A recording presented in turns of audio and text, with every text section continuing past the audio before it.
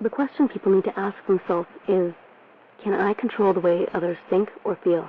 And can others control the way I think and feel? The answer is no. No one can physically get inside of your brain and change your feelings. Ultimately, it has to be you.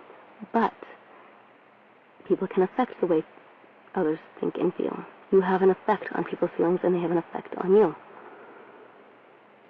Words hold power. We know this because the words of one man, Adolf Hitler, had this entire world in a bloodshed. When these soldiers came home, they weren't asked how they felt, because back then, feelings were not addressed, and to this day, feelings are very hard to talk about. You say that word and people, they kind of run, they panic. And why is this? Well, picture a child. Would you punish or discipline a child who feels hurt or scared? No.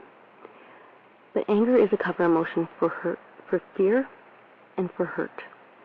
So when a child gets angry and responds with hitting his friend, the child first felt hurt. The child first felt fear. What is behavior? It's feeling, thought, and action. When we discipline and punish a child's behavior, we punish the feeling and the thought.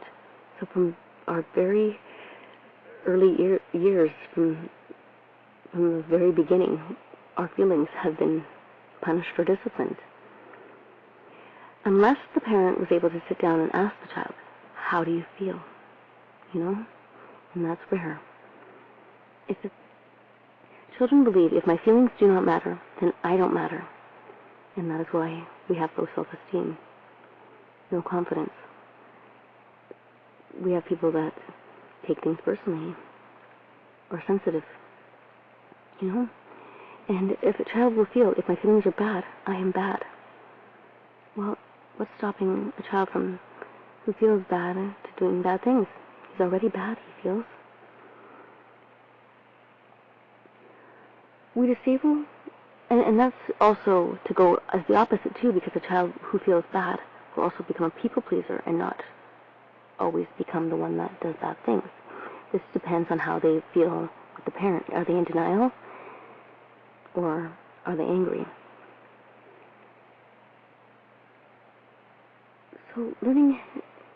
So when we discipline and punish behavior, we punish the feelings, and we aren't trusting our children to learn how to feel better on their own. Children have the right to feel angry, to feel sad, to feel hurt. We all do. It is okay to feel angry. It is okay to feel sad. Deep repressed emotion is depression. And a lot of us end up with that because we've repressed our emotions. A child going into adolescence with the feelings that they don't matter isn't going to be able to say no, because how they feel actually doesn't matter. So this child cannot say no. And that means no to sex, no to drugs, no to peer pressure. And what happens to an adolescent going into adulthood with sexual abuse, an addiction, or a criminal record? Well, not only do they feel unworthy of a good man or a good woman, they find one that matches that feeling based on the laws of attraction. And they enter into an abusive relationship. This is not to blame parents. This is to say from the beginning of time, because we can't be responsible for something we didn't know. And what happens to these adults? They end up getting diagnosed. There is a diagnosis for everything. Bipolar, feeling too high, feeling too low. Borderline personality disorder, a fragment and a split in ego. Schizophrenia, an excessive worrier. Deep repressed emotion, depression. Anxiety, feeling loss or control, an excessive amount of worry. Codependency, attachment due to early childhood abandonment issues. Narcissistic personality, low self-esteem, even though people say grandiose self-esteem. The thing is the narcissistic person covers their low self-esteem with acting like they have a high self-esteem. And to this, nobody asks anyone how they feel, because too often when you tell somebody how you feel, are they listening? People respond with blame, shame, anger, your feelings can be often excused, compared, ignored, and that's why we're fighting, because we want our feelings to matter to somebody, because we need to know that we are valid, and that's the validation process, which is very simple. And this can be another way to handle children when it comes to their feelings and feelings and thoughts, trusting them, because it's easier for parents, I'm not saying let's make it harder, I'm saying let's make it easier.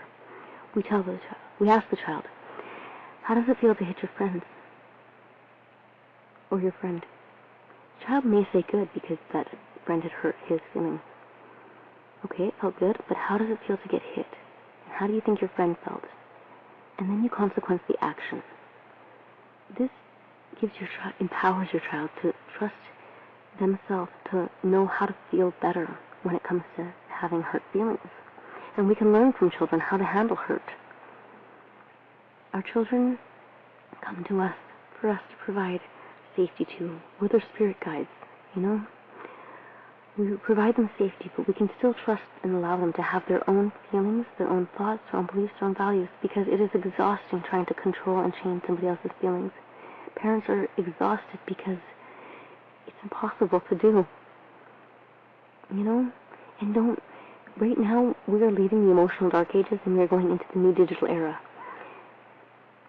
We are trying to stop our children from their iPads and their phones, but technology is everywhere. We're going to have to become more accepting to it. There's jobs now online,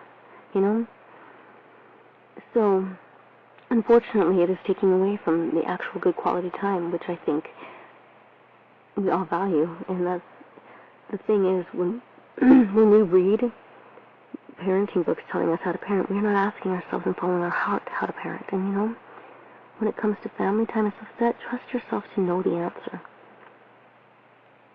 When you ask somebody how they feel, you're going to hear a lot of good or fine. Why is that? Because people don't know how they feel. Or because they've been taught to stay positive. So, the special word is, there is no such thing as a negative feeling. It's okay to feel however you feel. You're valid. You matter. Your feelings matter. You had self-worth the moment you were born. Every self, whether you're a drug dealer or a doctor, has self-worth. Thank you.